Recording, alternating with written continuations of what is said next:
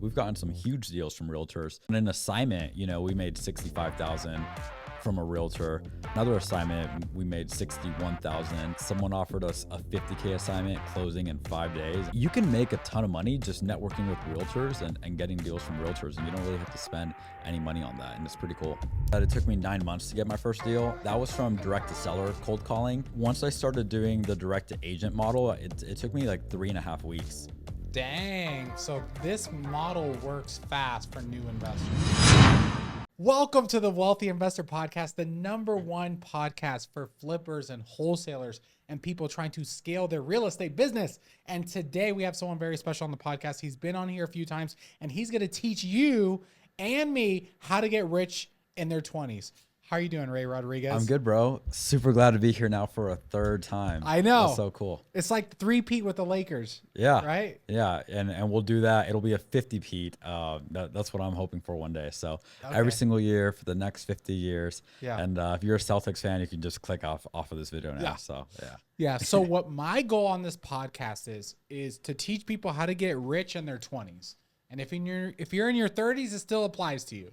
But I feel like I'm in my 30s now. How old are you? I'm 24. You're 24, and you've already made millions of dollars as a real estate investor. Yeah. Correct? Yeah. So I want to teach young people how to get into real estate. So let's do that. Cool. Let's do it. Yeah. So I guess how old were you when you first started in real estate? It was a few months before I turned 21.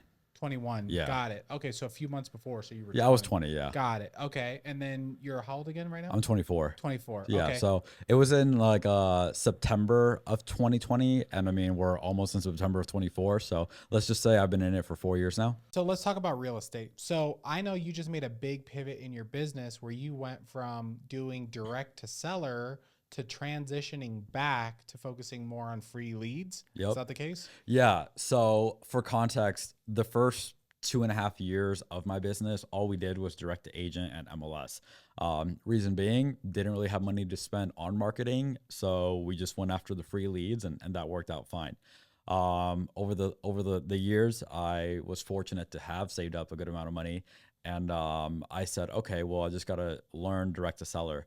So, I hired some coaches for that and whatnot. And long story short, it just didn't really work out the way that I thought it was going to work out. And we weren't really making the money that I wanted to make from it, especially for all the money that we were spending. We're spending like 40 to 50 grand a month. And we were making a little bit of money, but a lot of months we were just kind of breaking even. So we'd make, let's say, like 2.2 to 3x on our ad spend. But then when you factor in like your salaries and like all these other things from the direct to seller side, we weren't really making that much money. And I was like, dang, thank God, we're at least like on a bad month, we're breaking even, or maybe even like a small loss here and there. But let's say we have a month where we spend this money on ad spend and we don't lock up as many deals as we're currently locking up, or whatever the case may be. It'll be a really bad month. Like we'll lose 40 or 50 grand in a month. And that's just our marketing. That's not, if you buy a bad flip or anything like that. And so I just made the decision that at least for us, direct seller marketing was not something I wanted to focus on right now, or at least not too much. So I cut my ad spend from like 40 to 50 a month to, I think we're spending like 10 to 12 a month right now on that. And we're just doubling down on what we're pretty good at, which is getting deals from realtors and from the MLS. And that's been going fine. So have you actually lost like $40,000 or $50,000 in a month in marketing? No, I haven't lost 40 to 50 in a month in marketing, but I lost, I think, 29 over the course of like 6 months. 29,000? Yeah. Damn. From one marketing channel, and then I what lost. was that marketing channel? That was PPC, which I honestly thought we were doing better on it than what I thought. But then when I looked at the net sheet, I was like, dang, we're really not doing all that well. Yeah. How did you think you were making money, but then you weren't? So let's say I have my budget set at 10 grand a month on Yeah. PPC, and then you have like a $3,000 management fee on it. Yeah. And I'm like, okay, well, like the first month, we only spent 5,000, but we got this like little wholesale deal that was like a sub 2 condo we got it for like 100,000 and we assigned it for like 105. So maybe like a small loss that month because we spent 5,000 on marketing the first month, and then our management fee was I think 2,400 the first month. So okay, we lost, let's say like three, yeah, with commission or whatnot, lost like $3,000, whatever. But then like the next month we spent 10K on ads and 3K in management, and we got a $22,000 assignment. So I'm like, okay, we're making money now. And then like the next, just kind of doing mental math, you just kind of think you're like breaking even. But then once you look at the actual like profit and loss, you're like, oh, no, I wasn't really breaking even on this. So so that's how that happened. And honestly, the hit didn't really feel that bad because it was over the course of like 6 months. And we were bringing in like about 100 to 120. We even had like $150,000 a month during that time period as well. Yeah. So, not to say that I'm cool with losing money, but losing, 30 grand over the course of 6 months when you're bringing in over 100 a month, it didn't really hurt that bad, I guess, but it's still not fun. So we lost money there. Then we lost a ton of money on direct mail. We hired this direct mail company, and we didn't get a single lead, like not even one lead, bro. We got like who was it? Will you cut it out or not? Nah. Here's the thing, man. Like it's not their fault. Yeah. It's just what happened. Yeah. So who was it? Or who's like another one? Those are the big ones. So it's one of those two. Yeah. Yeah. But again, I don't know if it was necessarily their fault or if there was an error or something like that. I have no idea.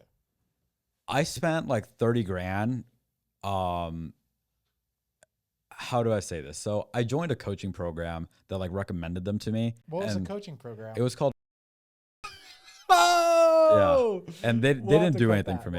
Yeah, no, I don't care. Yeah. But so I didn't get the money back that I spent, but I wrote a horrible review on the mail company, and I sent it directly to the CEO. I didn't even post it online, and I was like, "Hey, give me my money back, or I'm posting this." So he gave me my money back. I obviously didn't get the money back that I spent on that horrible coaching program. So that was still like a pretty big L. But I did get my money back on the direct mail. But overall, like I still took an L between like the coaching program. Refunded you? They refunded me, but overall I still took a loss because like the money I spent on the coaching program wasn't worth it. All these like other vendors that we signed up for, it wasn't worth it either. So I did get my money back from So shout out to them. That's cool. Yeah. So I've had a couple people ask me if I would recommend them, and I just tell them the truth. I'm like, hey, look, we didn't get any results from them, but the CEO did reimburse me. So I wasn't mad at that, but I still am kind of salty at like all the other money that I spent that I, took an L on. Why do you think the mail didn't work?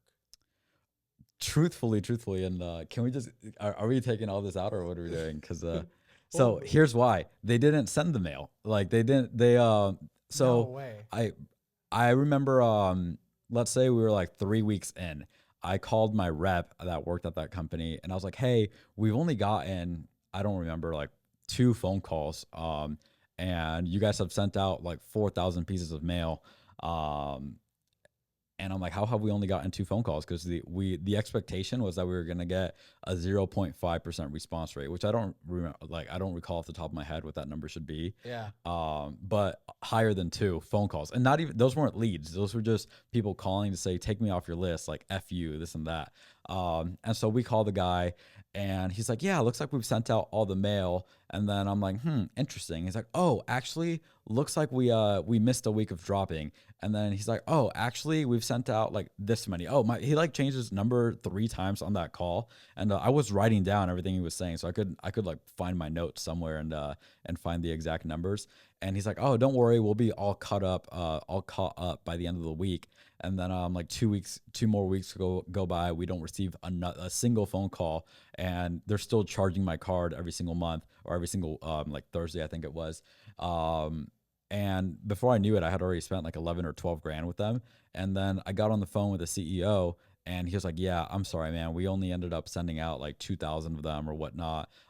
So he ended up giving me my money back, which I'm glad, but I still wasted a ton of time trying to figure out like what the problem was. And Exactly. then not only like time on the direct mail, but time talking to the coach at the coaching program that I had joined that Yeah. recommended them to me, where we were just trying to figure out what the problem could be, this and that. And then we just found out that, they were charging my card, but never sending out the mail. So of course people weren't going to be calling. And then I considered maybe trying it again, but then I talked to 6 or 7 other like pretty big level investors, all of them who went through that program or went with that mail company, and they all told me they had very poor results. So I was like, okay, let me not try this again then. So just a combination of all those things. I'm like, you know what? I'm just gonna I'm just gonna cut off this marketing channel. I'm only gonna do direct to agent with a tiny bit of direct to seller. Dang.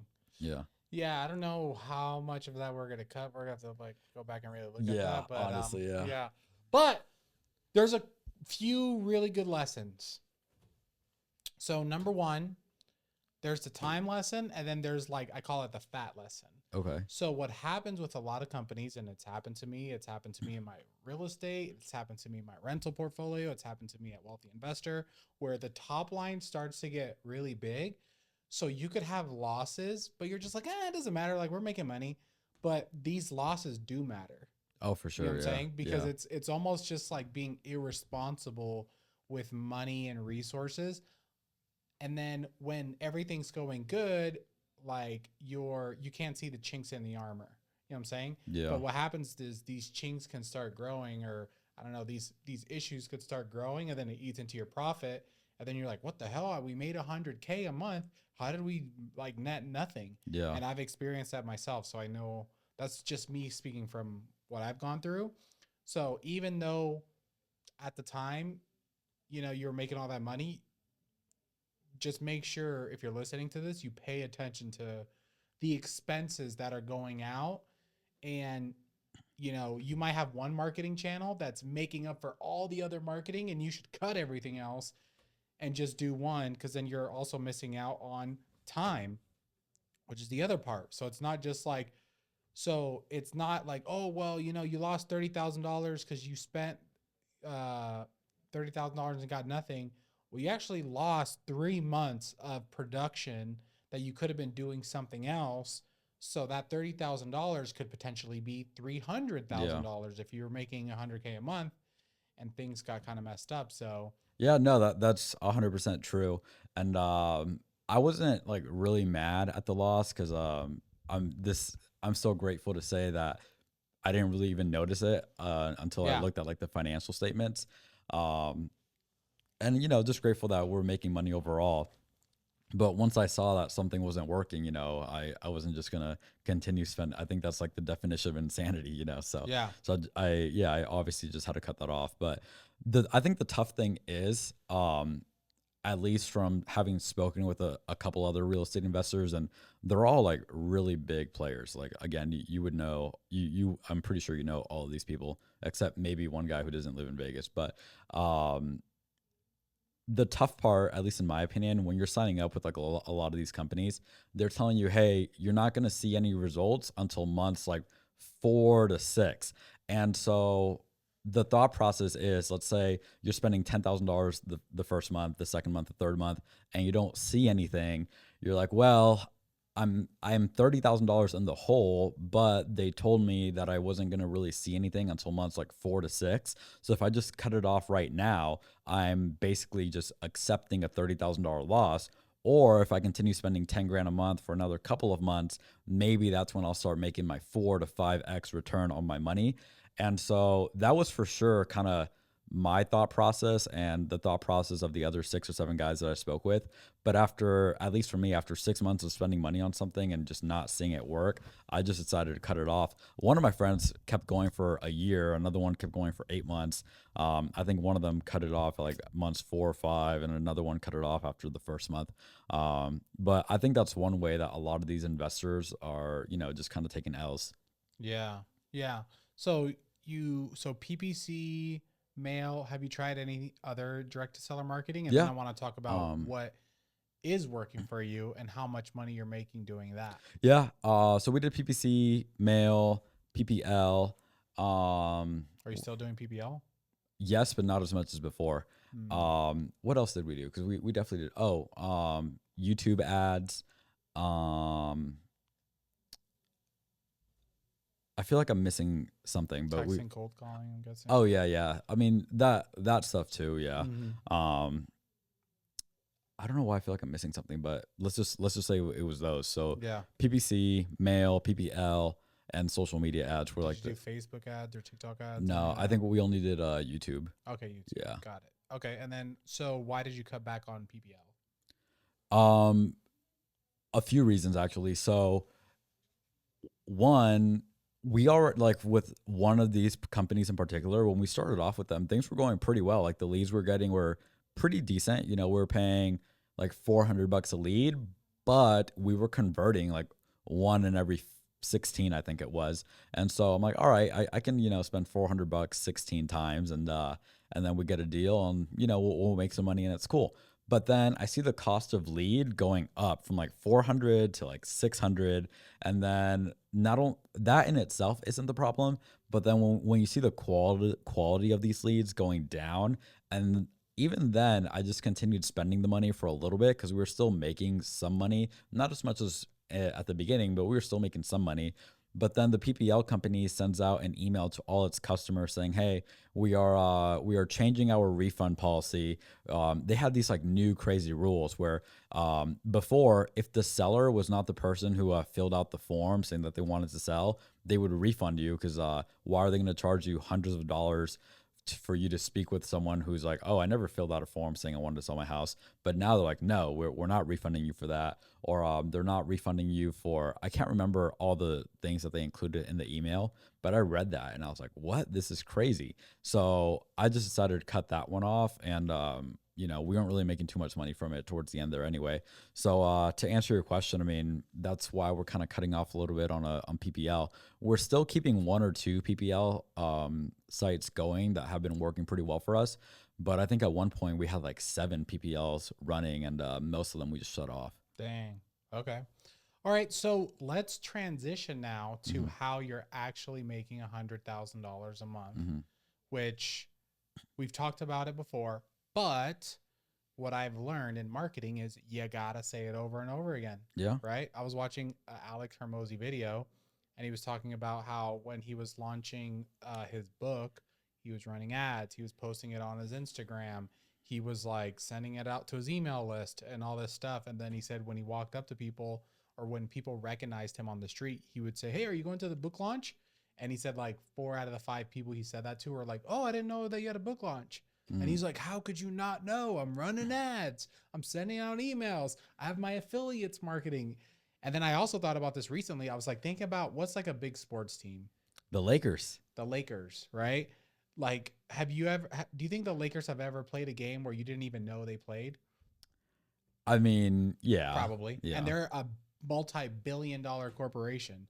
So us as small entrepreneurs, we think if we post one YouTube video, we're like, oh, well, I don't want to repeat the same topic, but we got to go back to it. So let's teach people how to make money with free leads. Yeah. So the majority of the money that we're making right now, and a big reason as to why I stopped spending so much money direct to seller marketing, was because the majority of the money we're making comes from free leads from realtors. Like that. Ooh. That's it, and I don't really have as much overhead with that. Yeah. I'll pay my employee salaries, I'll pay like for the systems and stuff like that we use, but I don't need to spend 40 to 50 grand a month anymore on marketing that wasn't all that great to begin with. And you could argue, oh, Ray, you could be a better marketer, like, and I'm sure there's truth behind any point that someone would want to argue, but at least for me and how our business is currently set up, it just makes more sense to network with realtors and get deals from realtors. I mean, we've gotten some huge deals from realtors.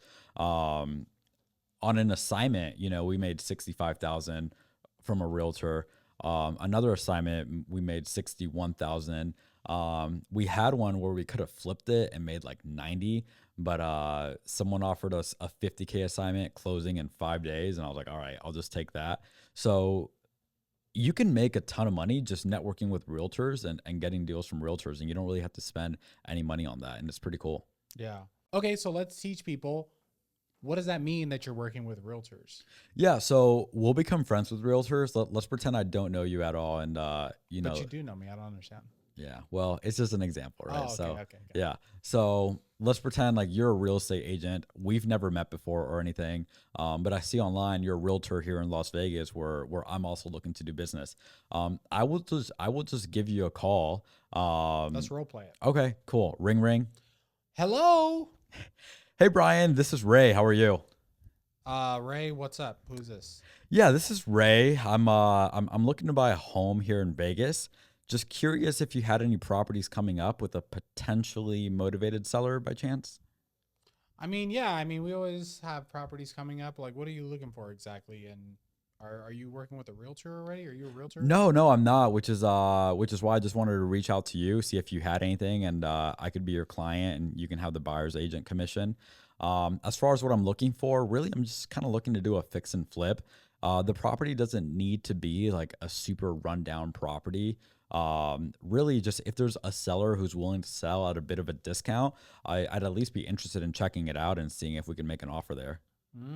Okay. Well, I'm gonna take this conversation two ways: one Sure. positive and one negative. Okay. Okay, positive. Okay, well, yeah. I mean, I have one coming up. It's gonna be ready probably at the end of the month. So call me back in like 2 weeks, and then yeah, I mean, we could work together. Cool. Okay, so that's something I would 100% like put into my system. I would actually ask that guy like what's his social media, I would just make sure we like become as close as possible, right then and there. So then when I hit you back up again in a week or two, it's a little bit more of a warmer conversation because I guarantee you, at least from my conversations with realtors, my team, we're not the only people calling. Like they're getting calls left and right 5-10 times a day. So if I just call that agent again, I'm like, yeah, we spoke 2 weeks ago, he might not even remember me. So I'm going to try to become as close of friends as we possibly can, like just right off the rip. And if he's telling me that he has something coming up in a month and check in with him in 2 weeks, I'm going to do that 100%. Might even check in sooner than that, honestly. But so, are you pressing to get the address on that call or no? So it depends. In the case of how this role play went, probably not. But Interesting. yeah, probably not. Because if he's saying he has something coming up in a month and to call him in 2 weeks, I mean, I guess it depends. But part of our script, let's say you would have been like, oh, I have something coming up. And that's all you said. I would have said, okay, do you have a listing agreement signed on that so you can share the address with me? And a lot of agents will, they'll just share the address whether or not they have an agreement. I have agents so many times who have said, like, I appreciate you asking. I don't have an agreement, but here you go. But then you get some that are scared. Yeah, like I mean, it's not too often that someone won't share the address with us. We get that a lot. We get people who are like, well, I don't know, give us a couple weeks. And then we have to be like, well, we're not going to steal it. Like, Yeah, I mean, and to be honest, if we did this exact same role play, and you said the exact same words like 2 different times, like if I called you again, right, and it Yeah. went the exact same way, I might ask for the address. I think it's just more so the fact that you said you have something coming up in like a month and to hit you back up in 2 weeks, Yeah. that I just kind of respected that. But if someone just says, "Hey, I have something coming up," I'm just gonna ask them if they have a listing agreement so they can share the address with me. But maybe if we were to role play it again, I might ask for the address. I really don't. I always tell my team because we just hired a couple new people and they're like, "Hey Ray, can you repeat how you said that one more time so I can write it down?" And I'm like, "Look, I can tell you the main points that I said on here, but 99% of the time, I don't ever say the exact same thing, like the exact same way every single time. I might, change a word or two or something, but as long as you're getting like the main point across, right? Like for instance, when you come home, I believe your daughter's name's Camilla. Yeah. Like you might not always say, "Hey Camilla," you might say like, "Hey my love," like, Yeah. or you might not even say the words hi. You might just like go give her a hug and a kiss. It all means the same thing. Like you're showing love to her. Like she understands even if you're not saying the exact same words. Yeah. So I guess what I'm getting at here is I just kind of go off like a feel, but I guess as long as I'm hitting the main points, I think we're okay. What do you think as far as if they give you a negative response and they're like, no, I don't have anything, and Okay, you want guys to are role play that blowing as me well? up? Yeah. Yeah. So ring. Hey, what's up? Hey Brian, this is Ray. How are you? Good. How are you? Good man, no complaints. Yeah, just I pause. So we do a couple different types of cold calls. Sometimes we'll call about like a specific property that we see that they sold. Sometimes we'll just call how we did the first time, Yeah. not mention any specific property. If we mention a specific property, which is what I was about to do on this Yeah. one, they're typically a lot nicer because but regardless, anyway, Okay. I just won't mention a property. Then you can be as rude as you want to be, and I'll show you how we handle it. So Yeah. Hey guys, quick break from the podcast. First of all, thank you for listening to the Wealthy Investor Podcast. Also, I want you to know in the description of this video, there is a link. If you want to do deals with me in Las Vegas, California, or anywhere in the country, go to the link in the description, fill out the information. If you fill that out, you'll get access to the deals that we're wholesaling. I can also fund a deal and partner with you, or I offer one-on-one coaching. So if you want me to help you get your first deal, or help you scale your business, just go to the link of the description. Now let's get back to the podcast. all right. So Well, that was a good gem though.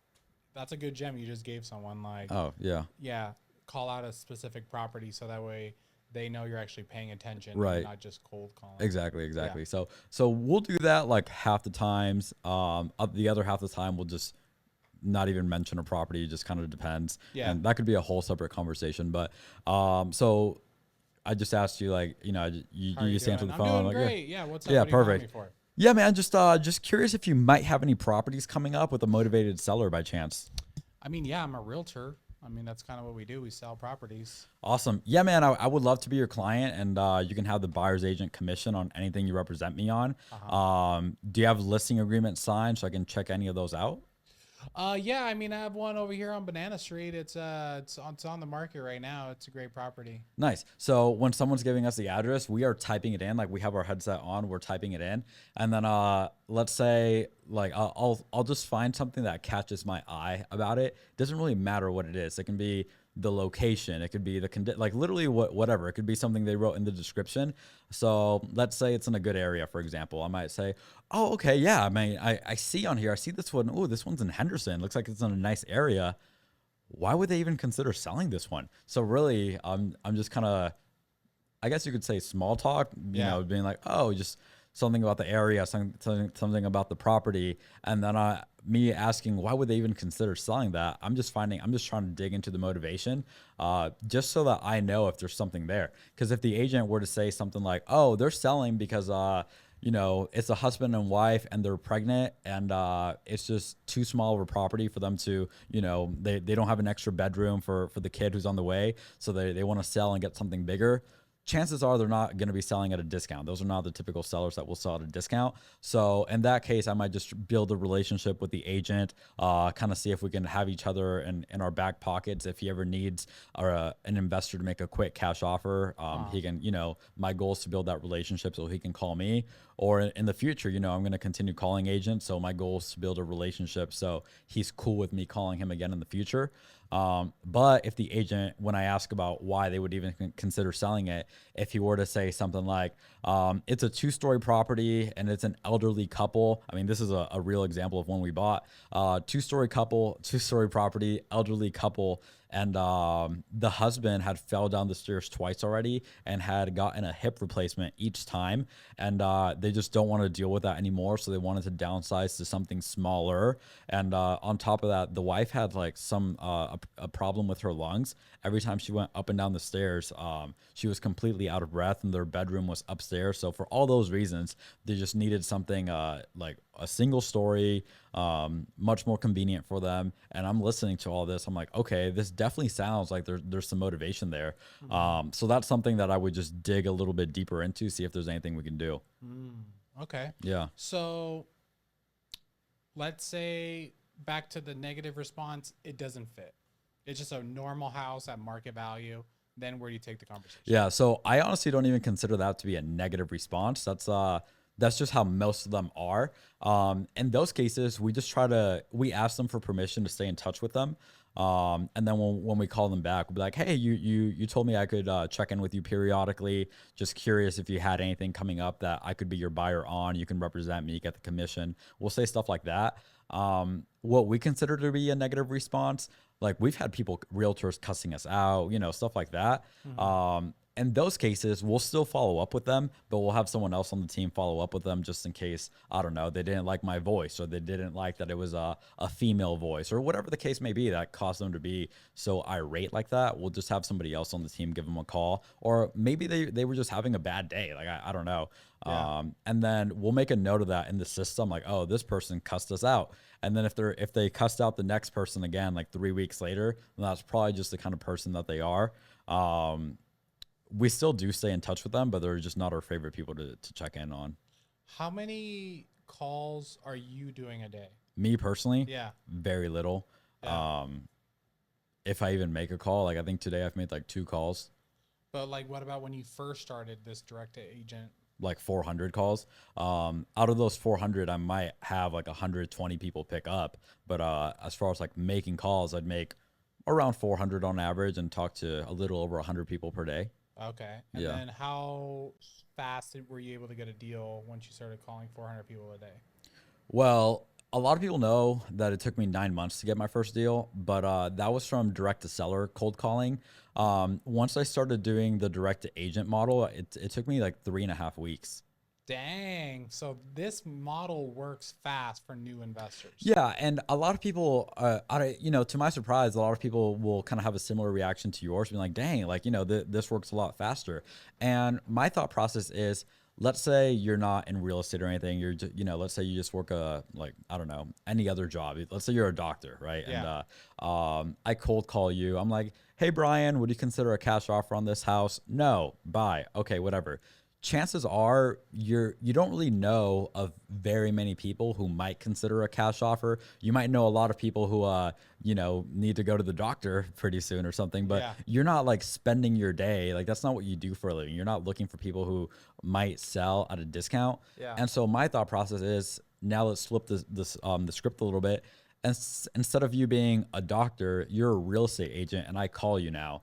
And I call you, I'm like, "Hey, do you know of any properties coming up that might sell at a discount?" Well, you've told me when you first started off your career as a realtor, you would spend hours a day cold calling homeowners to see Yeah. if you can get a listing. So if I call you and I have a conversation with you, and I just ask you if you know of anyone who might sell at a discount, well, you just talked to 100 people earlier that day. So I'm kind of leveraging your 100 conversations. And then let's say I'm talking to 100 realtors a day. Obviously, not all 100 of those talk to 100 people, but let's just say on average, they each talk to, let's say, 20, right? Which a lot of those people talk to 0, but then there's people who talk to a ton. So let's just say it like evens out to somewhere around 20. If I call 100 realtors a day, if on average they're talking to 20 homeowners a day, that's what, 2,000, 100 times 20. I think that's 2,000. I don't know. I dropped out of college.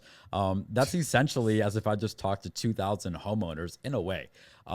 So yes, I do think it's a lot faster to get a deal from talking to realtors, because they're doing a lot of the grunt work for you. And then you're incentivizing them because they're getting paid from the seller, but then they're also getting paid from representing you. So it's just a win-win. Yeah, I actually think that's kind of why I do direct to agent, because I do like leveraging people that are already in real estate. That's also why I used to like to work with wholesalers a lot, because they're kind of going out doing all the work, and then I could just kind of sit back and wait for them to get a deal, and then I could try to negotiate with them. But okay, so how much revenue is your business doing right now with these free marketing sources? Yeah, so these last 2 months have been a little slower for us. We're making like 80 to 90 a month. 80 to 90K a month. Yeah, That's a lot, especially for a 24-year-old, Yeah. 23-year-old, 24. 24. I'm old. Yeah, Yeah, you're getting old, dude. yeah. So, do you just feel like a baller because you're just making so No. much money at 24? No, on the contrary, dude. Dude, when I was yeah, 24, I was an idiot, and I worked at like Pizza Hut or something like that. nothing wrong with that. But I've never been like. I mean, Not saying people that have stupid jobs are idiots, but I was personally an idiot. yeah. So I will say, like, I might have like a 1 hour a month where I'm like feeling myself a little bit. I'm like, oh wow, like I'm him. But for the most part, no. Like for the most part, I actually, and I really don't even mean this as a like fishing for compliments type of way. So like, don't take it as such. But a lot of times I kind of feel like I'm behind, which I know is like I'm not, but just for like my own standards and expectations, sometimes I feel that way. And I'm not here for you to be like, oh, like you're not behind, you're so far ahead. Like I know, like I get that, but sometimes it doesn't feel that way. So to answer your question, do I just like walk around all day feeling like a baller? Not at all, dude. Yeah, yeah, yeah. Even like so for me, sometimes I would feel like, oh, I'm ahead, and then I go to Alex Hermosi's event, and he's like, yeah, we sold this company for $300 million, and we sold this other company for 200. I'm like, oh my god, am I the R word? Like, okay, why am I not that smart to like figure that out? But Yeah. And so I will feel like that almost every day, truthfully. And it used to be every day, but nowadays I'm just like, you know what? Like I saw a post on Instagram and I don't remember the exact words, but it really applied. And it was you used to pray for where you're at right now. So just like appreciate that for a minute. dang, And that's for sure me. Cause I remember when I was in college, my goal was to have 10 grand saved up by the time I graduated. And Stephanie and I, you know, my fiance now, we're just starting to date at the time. Um, Somehow we saved up 5 grand our first semester freshman year. So I'm like, wait, at this pace, we can for sure have more than 10 grand, you know, in 8 semesters if it's just the end of our first semester and we're already at five. yeah.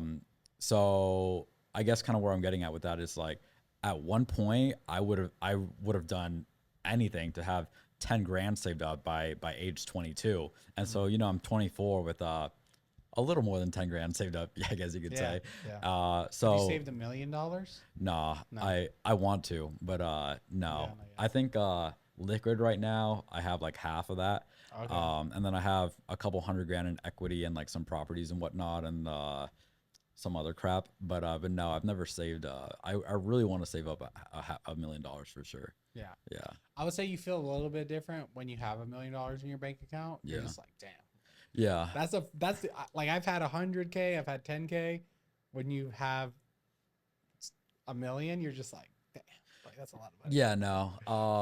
I no. I think the most I ever had liquid at one point was like 650 or something, but Okay. I wish I could come on here and lie and be like, oh, I've had $1 million saved up, but no. Yeah. Yeah. But all right, so let's get back to the real estate. So what does your team look like right now, that's bringing in sometimes 6 figures a month? Yeah. So I'll tell you what my team looks like, but three of those people they don't so two of them are new and they haven't gotten any deals yet. And then one of them is my admin who she She's an actually admin.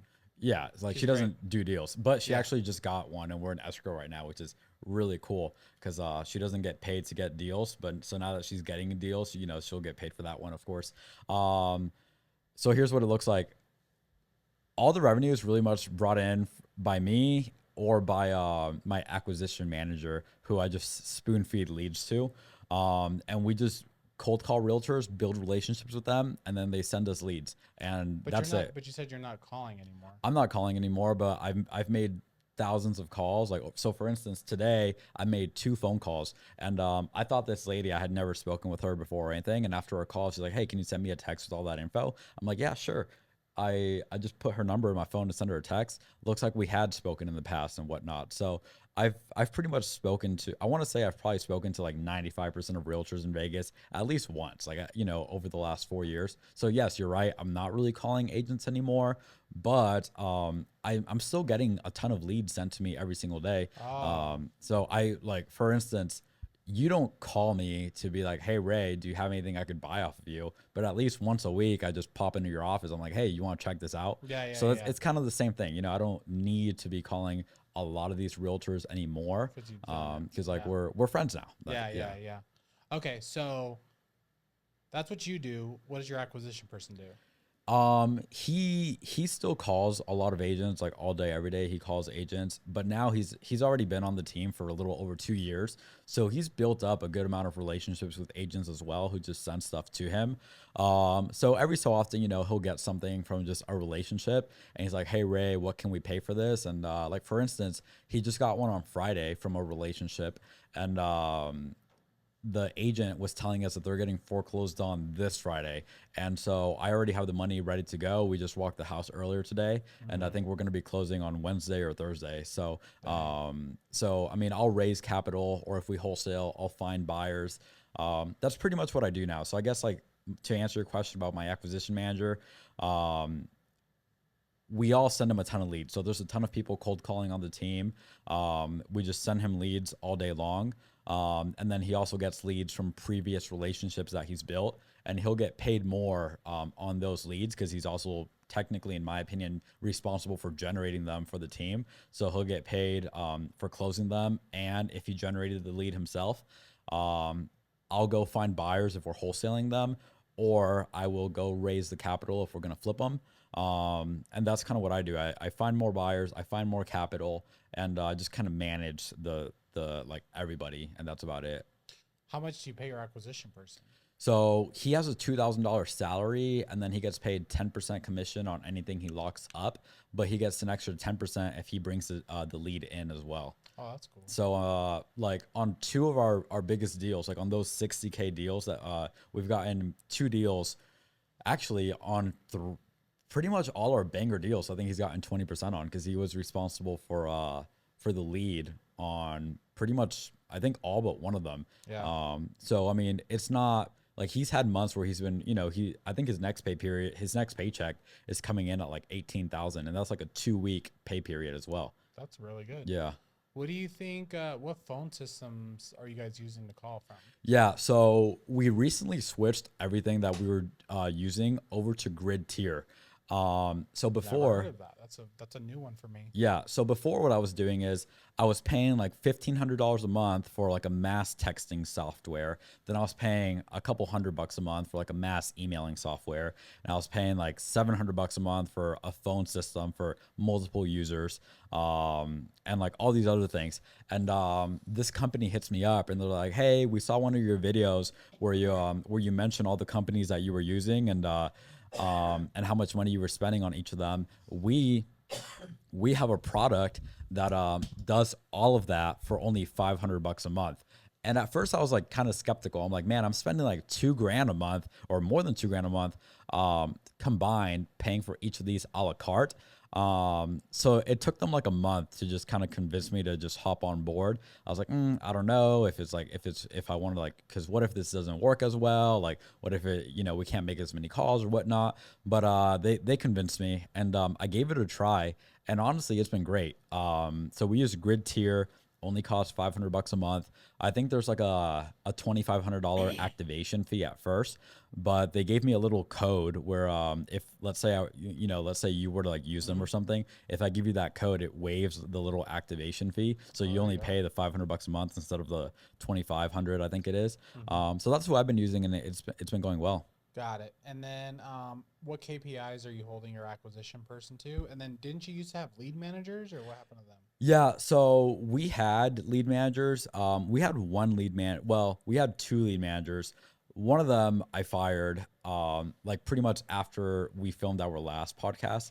And then the other guy who was a lead manager, he's now the acquisition manager. He's been the acquisition manager now for like 8 or 9 months. So one got booted, and the other one, he's still with us, but he's been promoted since then. Okay. Yeah. And then you have 2 more people, you said, right?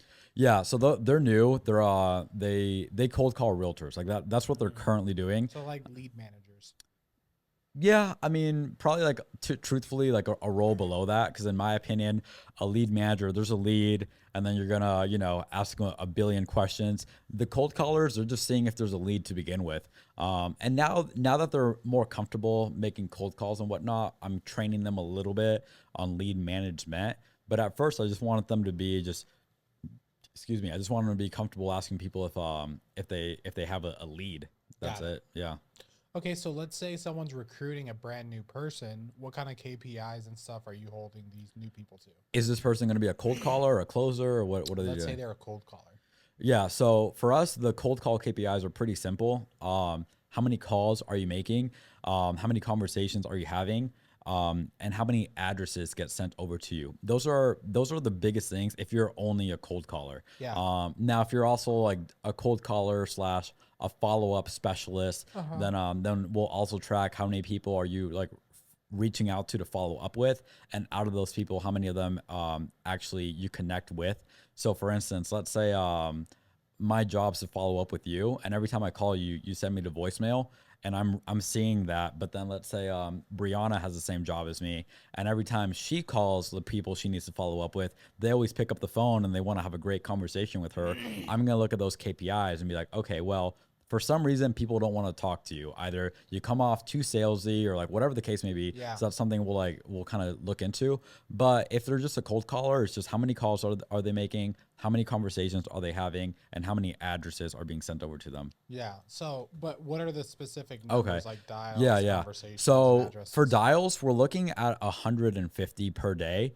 But the biggest thing that I care for isn't necessarily the calls, like the dials, more so the conversations. So if they don't, so they need to be having 70 conversations per day. If they're having the 70 conversations but they didn't call 150 people, I don't get mad at that. Like, but if they had, let's say, 50 conversations in a day but they only called 120 people, then I'm gonna say, hey, it's just a lack of effort. You're supposed to call 150 people, because from what we've seen lately, if you call 150 people, agents at least, you're gonna have around 70 combos. Which before, for us to have 70 combos, we needed to have like 300 dials made. But now, like at 150 or so, we'll have around 70. So Why do go you think ahead. that changed? I can't prove this, but from what we've been told, at least, the dialer system that we're using, it's like more predictive, and I guess they will call, like, so let's say we upload like 10,000 contacts.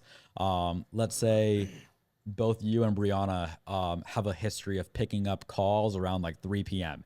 If it's 3 p.m. right now and I hit go on the dialer, oh, let me say this. Let me give a different example. Let's say both of you are on my list. You have a history of picking up calls at 3 p.m. and Brianna has a history of never picking up the phone at 3 p.m. According to the company we're using, the system is intelligent enough to recognize that, so it won't have me call Brianna at times that she is not like likely to answer. Can I prove that? No, but that's what's been said to me, and I mean, it seems to be working pretty well. That's insane. I've never heard of that before. Same. So I'm that's not a crazy. tech guy. You Yeah. know, if I was, we'd be billionaires. We'd Yeah. be Robert Wensley's or something. But What about addresses sent? yeah. So we want to see around 5 addresses sent per day, and hopefully at least one of those is a lead. I don't fault the cold caller if they're getting an address and it's, like overpriced or whatnot, because it at least shows me, hey, you're having a good enough conversation where the agent on the other line feels comfortable enough with you to send you an address. Even if it's not like super discounted or anything, I'm not going to be like, cold caller, you suck. Like that's not really on them. They're doing their job. So if they can get 5 addresses sent to them and one of those is a lead, I'm pretty happy with that. What do you think as far as pay for these type of cold callers and lead managers? Yeah, so for cold callers, I have them on a $2,000 monthly draw. For those who may not know what that means is, let's say your commission that month is $5,000. Well, I will give you your $5,000 commission, but I'm not going to give you an extra $2,000 on top of that as if it were a salary. Because a draw, that simply means, hey, if you didn't make at least this much money at your job this month, the company will make sure you make at least $2,000 if you showed up every day, did your job and whatnot. So they're on a $2,000 draw, and then they get 10% commission. The only person who's like a salesperson who's on a salary is my acquisitions guy. And the only reason for that is because he's the first person that I hired back when I really didn't know much about hiring. Not that I'm a pro at it now, but I know more than I did before. And I was like, well, you have a job. I mean, I guess people who have a job get paid a salary. And you're a salesperson, so I guess you deserve a commission as well. And so I just didn't really feel like going back on my word and being like, suddenly you don't get a salary anymore. I don't know. That's just not really my style of leadership, I guess. Yeah. So he's the only one who's, besides like admin or like construction, he's the only one who really has a salary. But the other people, they at least are guaranteed they'll make $2,000 every single month if they show up and do their job. But let's say they get like a $10,000 commission. I'm not giving them $10,000 plus $2,000. Like you just get your commission at in that point. Got it. Okay. And then I guess for lead managers and cold callers, how much time do you give them before you're like, rather this works or this doesn't work? So we tell them that they have a month to get their first deal. Do I get mad if they don't get a month in their first deal? No. But what I want to see there is if that's like the expectation that is given to you, how is your hustle? So like if I say, hey, you have a month and like every day is kind of like lackadaisical or however you pronounce that word, then that's probably enough for me to see that like, hey, you're not the right fit. But let's say on the flip side, one of our new callers, he didn't get a deal his first month, but from his first couple of phone calls, cold calls to, the calls that he was making 3 or 4 weeks in, he made so much improvement. This guy's always coming in early, staying an hour or two late. If he has to have 70 conversations every day, he's having at least 80 to 100 every single day. So sure, none of the leads that were sent to him really turned into much during those first 30 days, but that at least showed me, hey, this guy's coachable. He's a hustler. He shows up early. He stays late. And that's more than good enough for you to stay on the team. But let's say, for instance, if someone doesn't get a deal their first month, a lot of that may not have been their fault. Like, what if that was a closable opportunity, but then the acquisition manager dropped the ball? And he's really good, so he doesn't really drop the ball. But like, if he had dropped the ball, I'm not going to penalize the cold caller for that. Or let's say it was my fault. Let's say the cold caller got a lead and the acquisition manager locked it up, and then I failed to dispo it. I'm not going to go penalize them when it was like on me. And I know that's a long answer to your question of like how much time I give them. I tell them 1 month, but if they don't get a deal in that first month, I'm not automatically booting you. It's just more so for me to see like how hard do you work and like how committed are you. But what's the max amount of time where you're like, all right, like even though I like you, you sound good on the phones. I mean, truthfully, we haven't really had anyone who I'm like, dang, it's been a really long time without you getting a deal. I think the longest we've gone without someone getting a deal was probably the first guy I hired, who's my acquisition manager now, and it took him like 3 months. Damn, 3 months is crazy. Yeah, I mean, I'm trying to think like, yeah, I mean, I still hold the record for the longest it took to get a deal in my company at 9 months. So, and I mean, I didn't fire myself. That's so funny. So yeah, I mean, he took 3 months.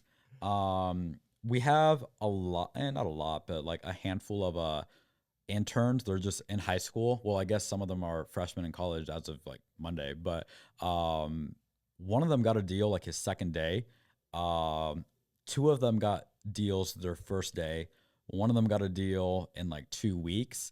And then out of that group, the longest one of them took like 3.5, around, yeah, 3.5. I don't think it quite hit 4 months, so just call it 3.5 months before he got his first one. But all of those were just interns. I wasn't paying any salaries to any of them or anything. So whether they're W-2 employees or interns, really the longest it's taken anyone has been just a couple of months. Got it. What do you think normally stops young people from getting into real estate? Yeah, I think a lot of it has to do with lack of guidance. And so lack of guidance, I think, might stop a lot of people. And then just kind of lack of being consistent makes people want to quit. Or let me reword that. Definitely the lack of guidance is one, but then for the people who do jump in, I think they end up quitting because they think they're gonna get deals a lot faster and a lot easier than what they think. And when it doesn't happen right away, a lot of people quit. And the reason why I think that's the answer to your question is, I started technically in September of 2020, but I started kind of researching it in April of 2020. I did research from like April to May of that year, and I made some phone calls. I called some homeowners. I called some real estate agents, but I didn't get a deal in like a couple of days. And I was like, okay, I can't be working here for free. And I just kind of dropped it, and I didn't revisit it again until another 5 or 6 months. And then I also didn't know what I was doing either. So I think once I did get some guidance, I felt a lot more comfortable jumping in. By Davila's coaching program. There we go. Do it. Yeah, I don't have a coaching program. Don't think about it. So I don't have a coaching program, but y'all can hit up Brian. There we go. So I do think lack of guidance, because once I did get some guidance, I felt a lot more comfortable. It's like driving a car. At least most people probably for the first time don't feel comfortable just getting in a car and pushing the gas and seeing what happens. You probably want someone telling you what to do a little bit. So that's one. And then improper expectations is I think what kind of stops a lot of people from actually continuing once they do get started. Yeah, so let's talk about lack of guidance first. So, and actually, when you said homeowners, I thought you were gonna say something else. I thought you were gonna say something else. That's why I was laughing. What did you think I was gonna I say? can't even say it. It's too bad. I But really can't. Maybe I'm just we might like, have to I don't cut know. this. But anyways, Yeah. so lack of guidance. So I also had the same thing when I first started, where I was like, dude, um, someone teach me. And I was trying to find people at my old real estate office to teach me. And what happened was, I found this older gentleman. I don't know if I've ever told you this story before, but no. Okay, so found this older guy. He was like, "Yeah, dude, I'll mentor you." Blah blah blah blah blah. I was like, "All right, great." We made a deal where I was gonna get half of the profits. Oh, okay. Yeah, you Yeah. have told me this. Yeah. Yeah. So for the listeners, I was gonna get half of the profits. I went out and I found like 5 deals, and I brought it to him. He got him under contract, and then I was sitting in his office one day, and I was like, "Dude, I can't believe I'm gonna make 100K. Like, this is a lot of money for me." And he was like, "What? You're gonna make 100K?" I was like, "Yeah, I did the math. With all 5 of these deals, if we flip them all, you're gonna make 100, and I'm gonna make 100." And he's like, "Oh, you can't make 100." And I was like, "Why not?" And he was like, "Because that's too much. All you did was cold call." I was like, "Yeah, but that was like the main thing." And he's like, "Yeah, no, like we're gonna have to renegotiate this. Like you should get like, I don't know." He tried to renegotiate me down. And like, long story short, I didn't get paid on like 3 of them, and I got paid like, I don't even know, like a commission on 2 of them. So yeah, but lack of guidance. I didn't have anyone there to help me. So I've been Wow. there. Yeah. So I think lack of guidance, a big one that I think most entrepreneurs, rather starting out or experienced, is ability to actually execute. So they'll say, "Hey, I want to start cold calling." And then let's just say that's January 1st. They're like, "I want to start cold calling." And then January 1st, they kind of call around, they watch some YouTube videos, and then they don't get back to it until like January 7th. And then January 7th, they'll kind of look around, and then they hear about a thing that they should sign up for, like maybe, I don't know, like some sort of dialer. And then they don't look into it till next week. And then before you know it, they don't start calling until March. And then by that time, they're already mentally exhausted. Like, man, I kind of been trying to do this for 3 months. I'm only, I'm gonna try. And then they start actually cold calling for a week or two. And then they're like, "Oh, this is taking too long. Let me try to do something else." And then they completely just fall off the whole cold calling wagon. I feel like that's usually what I see stops entrepreneurs.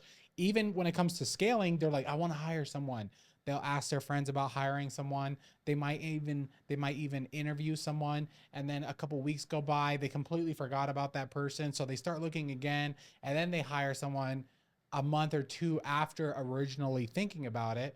That person might not work, and then they're like, "Oh, this hiring thing doesn't work." When in actuality, they took something that took 48 hours and spread it out into 3 months, and they don't understand why their business isn't growing. Yeah, I mean, I see that happen all the time, and I used to kind of be the exact same way, so I can't really critique it too much. We And all are still, we all have that level still in us, no matter how big you get or how small you are. Because I'm sure there's been things where you're like, "I want to do this." And then you kind of stay in this, like, thinking about it, looking into it, asking around before you actually execute. And then, yeah. So that 100% was me up until I want to say like 6 months ago. I came across this video from Hormozy, and he was talking about how his company moves 5 to 7 times faster than all his competitors. And the reason that they do that is because, or the reason how they're able to do that is because he's implemented a policy called the end of day policy. So for instance, let's say I'm your employee and you're like, "Hey Ray, can you have this done by the end of the week?" I'm like, "Yeah, sure, I can get this done by the end of the week." But then let's say our competitor, for example, right, tells, let's say Brianna is a business owner and she has an employee, and she tells her employee, "Hey, can you get this done by the end of the day?" It'll be they're going to move 5 to 7 times faster than we will. Mhm. And that's an example that Hermosi gave. And so my entire team implements that now. We, like within reason, like, for instance, like there's certain things that obviously cannot be done in a day, but most things that are like a part of the day to day can be accomplished by the end of the day. And so that's something that we actually have a poster. We have a poster that's being designed right now by some guy on some website that shows like end of day, because it's just a policy that we have now. But I agree with you, but that's just something that we do now to be able to move quicker, and I think it's helped us out for sure.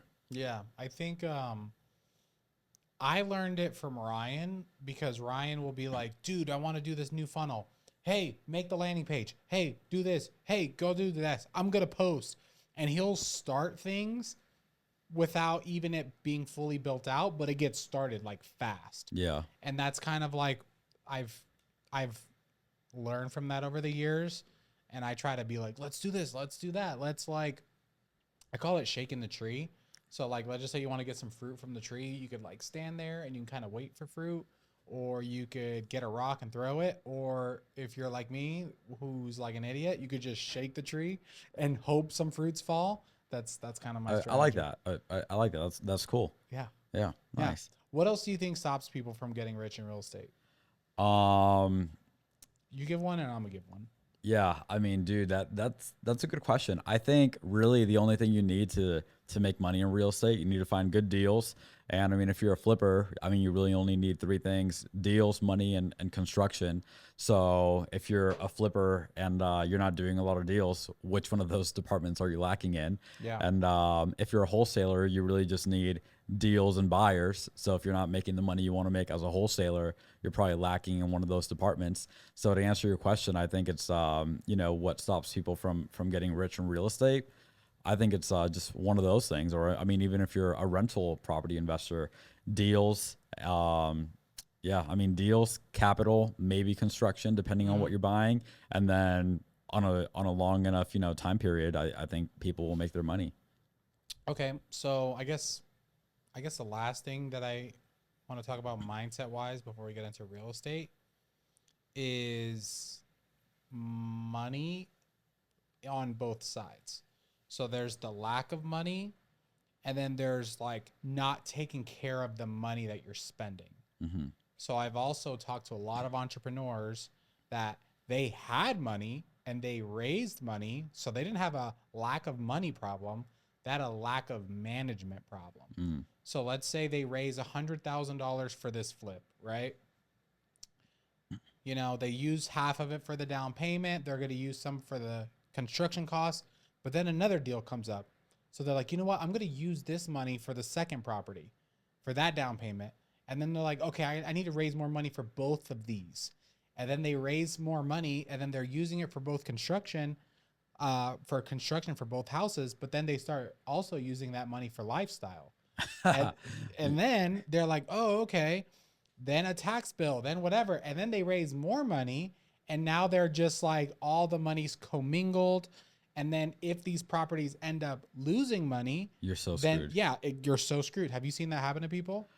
Honestly, not that I'm aware of. Mhm. Do I know somebody who that's happened to? Probably. Yeah. But I've never had someone be like, "Hey Ray, I'm gonna keep it 100 with you. I borrowed some money and I said it was supposed to be for renovations, but I went to Miami and spent it on I haven't had someone share that story with me, but am I sure it's happened? Yeah. Yeah. Yeah. And I think so they get over leveraged, right? Or they didn't raise enough money where now like the construction cost goes over on these properties, and then they don't have the money to do the construction because they didn't manage the funds correctly, or the construction's going longer, so the holding cost is like eating up their money. Yeah. So just like a lack of like money management. Yeah, I've had something kind of similar. Not necessarily on the timeline going over budget, but I have had where, for instance, I thought it was going to be a $50,000 renovation, and it was like, let's say, a $55,000 renovation instead. I don't typically go back to the person who let me borrow money and say, "Hey, can I get an extra 5,000?"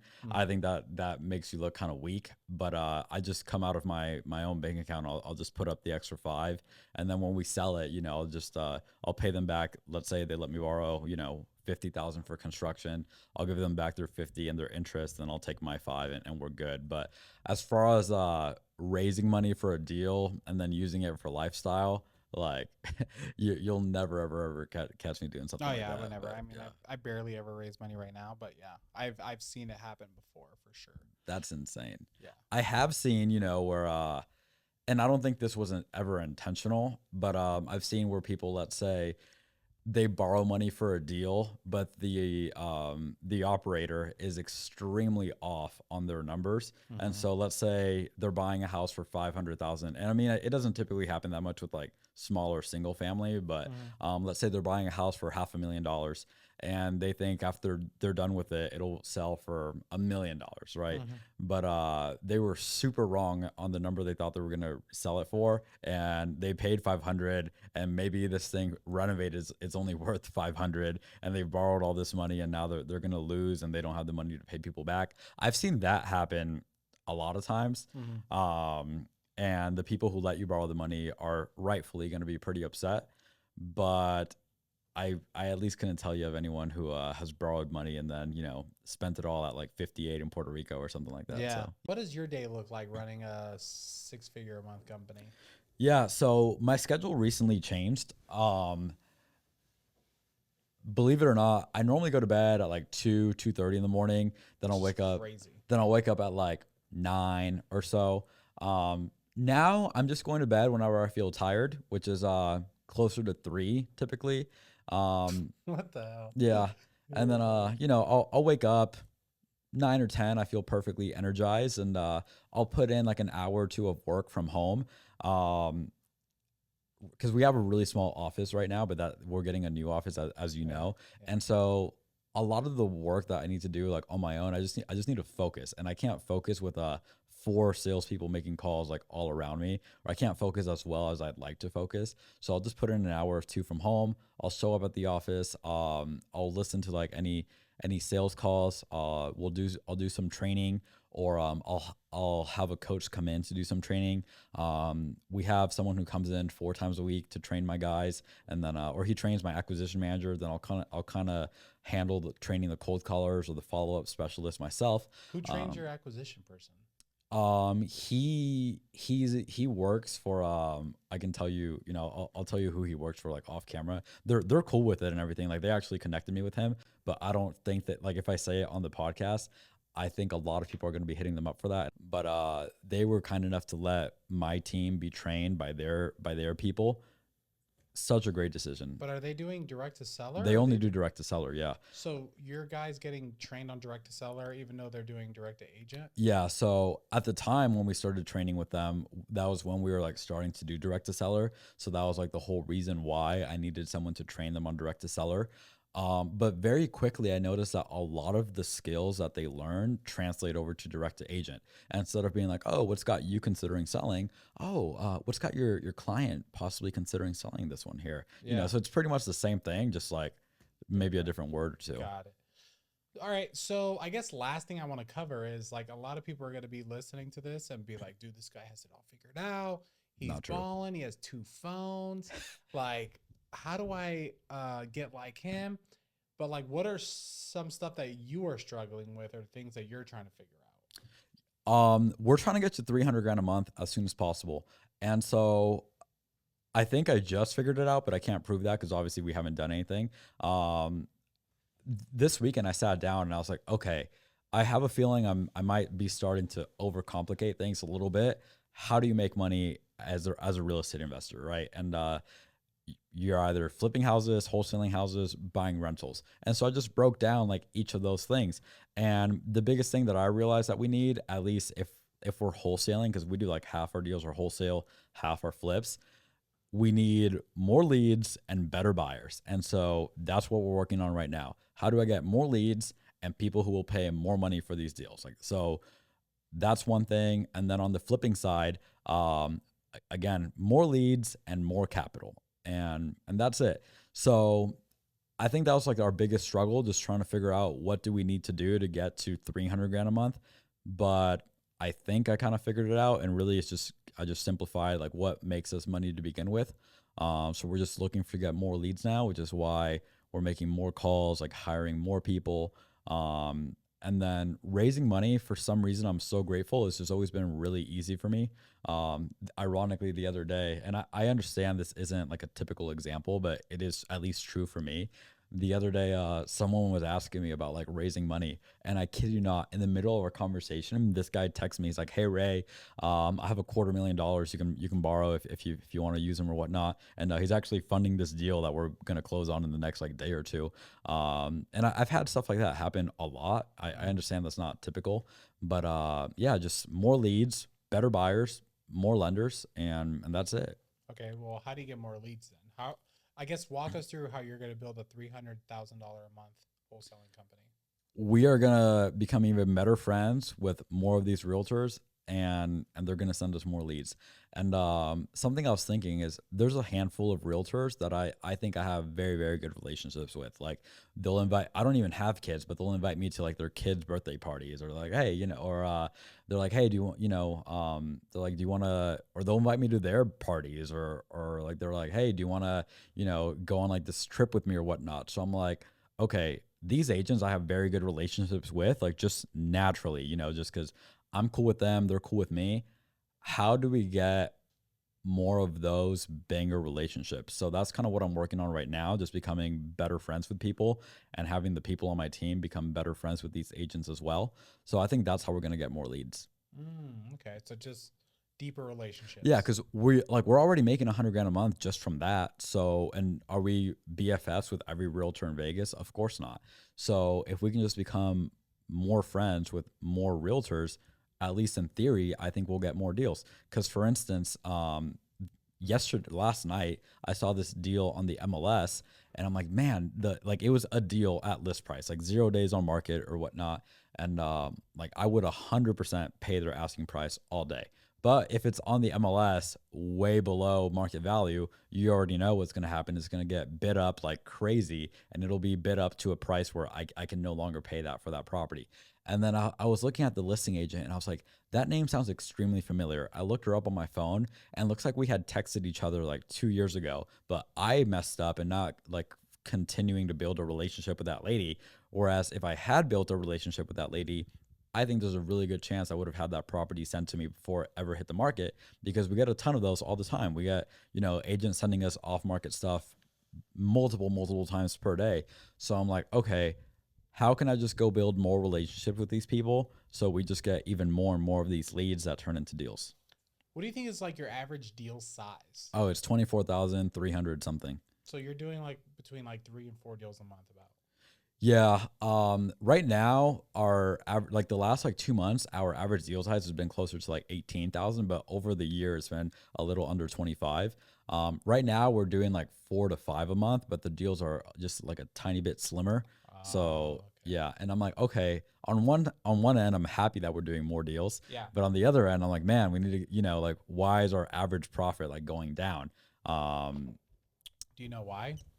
I think we can negotiate harder, but at the same time, there's been times where we've like negotiated harder. And like for instance, we had this property the other day where the most we could pay was 290. And I'm like, at 290, like can we make that work? Yeah, but it's kind of slim. Like I don't know, like I can probably pull it off, but it's a little risky. So we came in at like 283. And then they ended up accepting someone who came in at 287. I'm like, man, would I have paid 287 for it? I'm like, yeah, I would have, but too late now. So I think to answer your question, our deals are a little bit slimmer now because I hate that feeling of like, man, if I could go back 30 minutes, would I have paid the 287? And the answer is yes, most of the time. So now we're just like, screw it, lock it up, whatever, and we'll make a little bit less money. So I think, so, I mean, yeah, that's why our deals are slimmer, because we're just paying a little bit more than what I'd really like to pay. Yeah, but I also think the market has something to do with it. Yeah, I've heard that a lot, and it's true. But I'm also very fortunate that we haven't really experienced that too much. All the flips that we've been listing, we've been pricing them maybe a little higher than we should be pricing them, and they've been selling. So, That's not going to continue, just so you know. oh, dude, Yeah, tell for me the about rest of the that. year, I think you're probably not, maybe because we're doing a lot of flips. We have like 9 flips right now. I don't know how many you have, but we have a good amount, and then we've sold like 4 or 5 recently. So we had like 15, I would say, in the last 3 to 4 months, and like the market is definitely slowing down. So I think I was looking at like my 2022 numbers and my 2023 numbers, and it was crazy because when I was looking at my 2022 numbers, I was like, damn, dude, we were making 60, 55, 75, 90. Like we were making like 100K flips, and now it's like 30, 40, 15, Yeah. 25. So I also think just the market overall starts to play a factor. Yeah, and then something else that I think is going on is there's just a lot more competition now, and Mhm. there's always someone who will pay more than you like that. I think there's this less competition. interesting. I think there's less competition. I can I think a see lot of that. people are starting to like consolidate and like not try to do volume. I feel like before it used to be sexy to do like a ton of flips, and now it's like people are starting to be like, but I do think this is just like a short-term thing. Interesting. I think till the election, and then I think after the election the market's going to change. Interesting. I guess we'll see what happens. The reason I say I think there's more competition now is 3 years ago, if there's a property listed on the MLS, like the example I gave about last night, that I saw a house listed on MLS, and then I think we saw that one at like 11 p.m. So we called the agent this morning, and they're like, "Yeah, we have offers 50 grand over list," which I 100% believe. We see that happen all the time. 3 years ago, I'm not saying that would have never happened, but certainly not as often as it's happening now. And the reason I know that, I would find something listed on the MLS, and then I would offer that price, and we would get it like half the time. The other half the time, the same thing. Like, hey, we're getting really overbid. But now it's like every single time we see something listed on the MLS. How many deals have we bought off the MLS this year? I'd have to check, but nowhere near as many as in previous years. Yeah, that's what I was going to ask you. Out of like, how many deals do you think you've done this year? It's a ballpark. I don't even know. Um, 80, doesn't matter. Nah, probably like 60. 60. How many of those were off market and how many of those were on market? The vast majority were off market from Mhm. realtors who brought them to us before they went on the MLS. Got it. Okay, yeah. So what I've seen is there's high competition. There's a lot of people trying, but they're not real. So like I've listed distressed properties before that I own that I'm like, oh, just trying to dump. I'll get like 35 offers. But then when I try to call them back, they don't answer. When I look at their contracts, they're trying to assign it. Like they're not they send offers, no proof of funds. Mhm. So like legitimate investors, I feel like that number's going down. Like fly by night people, I think there's always going to be those type of people, but I don't know. Yeah, I can definitely see that, because we're very good at just sticking to our number. Because a lot of times, like, that really is the best that we can do. And so it happens multiple times a week where, let's say we offer 230 on a property, someone offers 250, and then they get their offer accepted, then the agent calls us and says, hey, they're backing out. Yeah, yeah, yeah. Like we got that happening all the time. They don't put EMD, Or blah, yeah, blah, like, blah. whatever the case may be. We Yeah. hear those stories all the time. But there's also some times where like they close, and I'm like, wow, like I'm very surprised. So Yeah. it's tough. Like, we had this property under contract. I'm honestly kind of even embarrassed of this, but I'll tell you. I don't remember exactly what the numbers were, but it was just like horrible, like, condition property. I think the only thing you could really do with it was probably tear it down and build something like all over. It was like in the worst shape ever. And we got it like $100,000 under the asking price. And I sent that property to you to see if you want to do anything with it. I sent it to every big flipper in Vegas, Mhm. and everyone, even though I had it $100,000 under the asking price, they were all offering me like $100,000 less than what I had it for. And we put this property on investor lift. Like, we did whatever we could to try to sell this one. And so we ended up backing out. And this is the part where I say I'm like a little embarrassed, but I'll tell you anyway. A few weeks later, someone on the market paid full asking price for it, and they closed. And I was like, what on earth is this person doing here? Like, I don't know. And so that's just an example of sometimes where I'm like, I feel like there's just a lot more competition nowadays. Because how on earth, like, I sent this property to every big flipper in town, like people buying 300 homes a year. How you know it wasn't like an owner occupied buyer? I mean, I don't think anyone could really occupy that property, Yeah. really. Yeah. I couldn't tell you. I couldn't tell you what I don't know, Yeah. but still, I'm like, dang, like someone really paid 100 grand more than what I had this property under contract for, and I could not find a buyer for this thing. Oh, okay. So Yeah. you maybe should have tried to novate it or something. Well, you couldn't. Yeah, You're you a big couldn't agent. really on that. Yeah. What's the downfalls of working with agents? Um,